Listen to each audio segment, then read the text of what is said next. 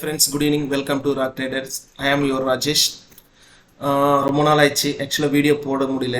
Business ஒர்க்காக நான் கொஞ்சம் பிஸியாக இருந்துட்டேன்.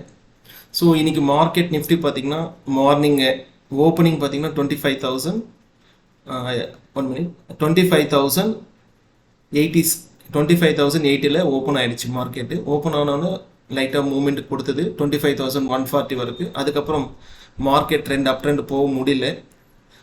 Sellers full pressure. So already FIs 30,000 crores selling பண்ணியிருக்காங்க. ஸோ மார்க்கெட் டவுன் ட்ரெண்டு தான் இருக்குது.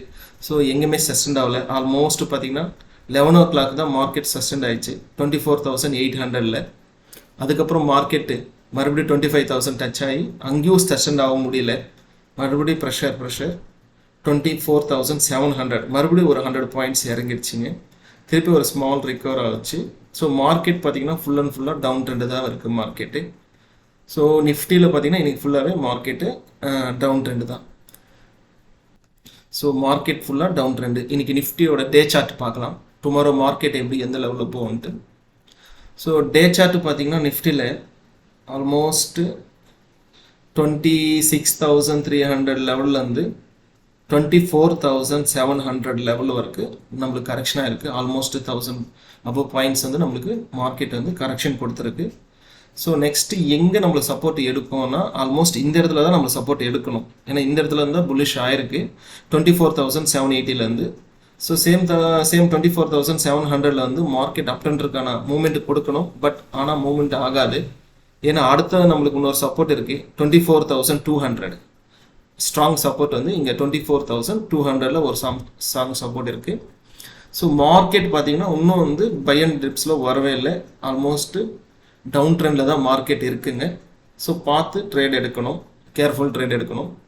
ஸோ இன்றைக்கி நம்மளோட ப்ராஃபிட்ஸ் பார்ப்போம். டுடே ப்ராஃபிட்ஸ் பார்த்திங்கன்னா 34,600.